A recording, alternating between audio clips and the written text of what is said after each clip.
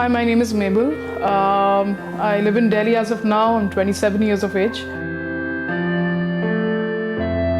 So I grew up in a very small town called Ranchi, that's in Jharkhand, and I had my schooling over there. And the first person whom I dated, the first woman that I dated, that was back in standard 6 in India itself.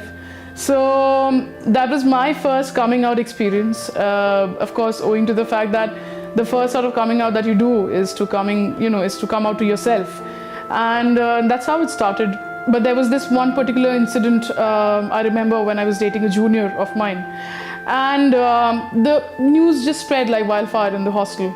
So it was my fault that obviously I had expected other people to come across, and accept the whole notion as a very normal thing. It's not something very out of world, but that did not happen. And I slowly found out that, the same class wherein I was there for like almost 2 years, the rows had started to go like, I was the only one sitting in the last bench. And, people had moved up a row ahead of mine. People weren't very comfortable talking to me. There was suddenly a very strong bias in the air. And it started to grow from the class to the hostel and a lot of other things. But then I always had this thing that if you're something and if you're not true to yourself, if the first sort of coming out that I said, I came out to myself, and if you aren't true to that, I don't think you can do any sort of justice to any other thing.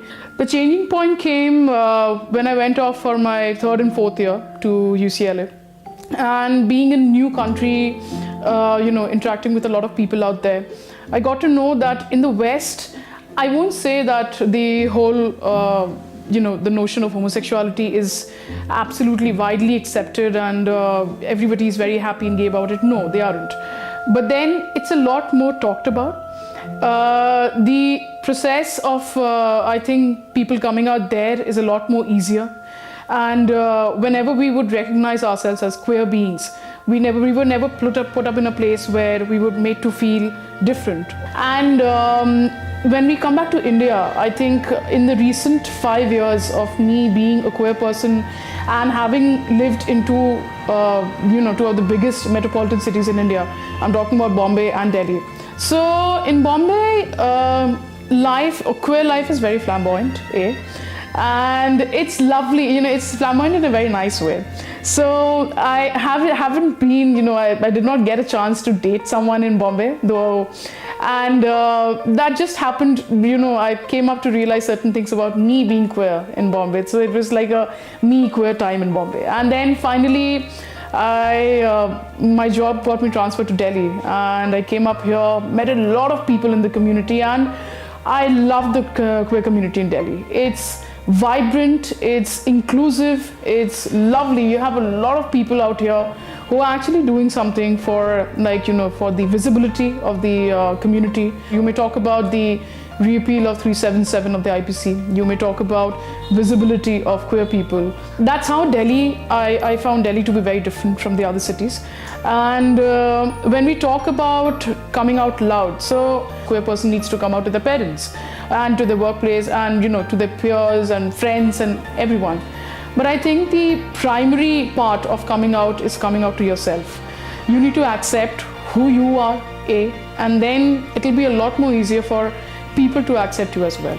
And I think coming out to one of my parents, because I still haven't come out to the other, was a very funny incident. It happened when my parents were not in the country, and they happened to be outside.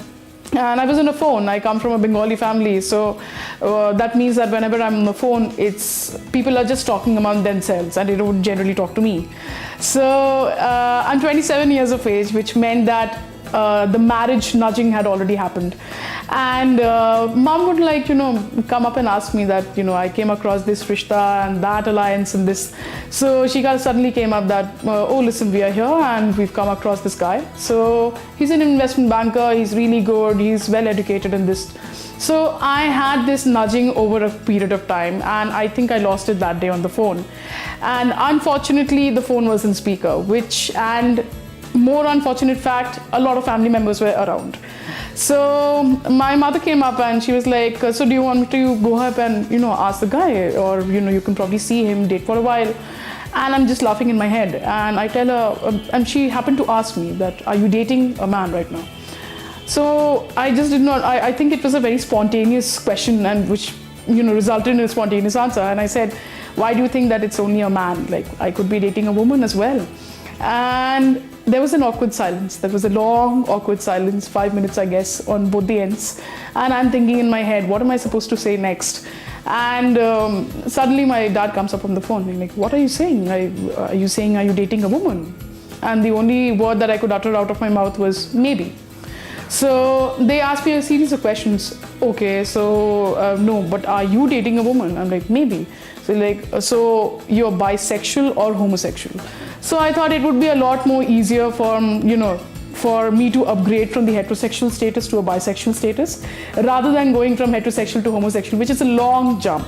And talking about my current relationship, I think after a string of women that I've dated, I finally stopped. I'm dating this person who's the same age as me, and she's a terrific woman. I think my gay politics have straightened up, and they have been molded into a beautiful, they've been molded in a beautiful way since I've started dating her.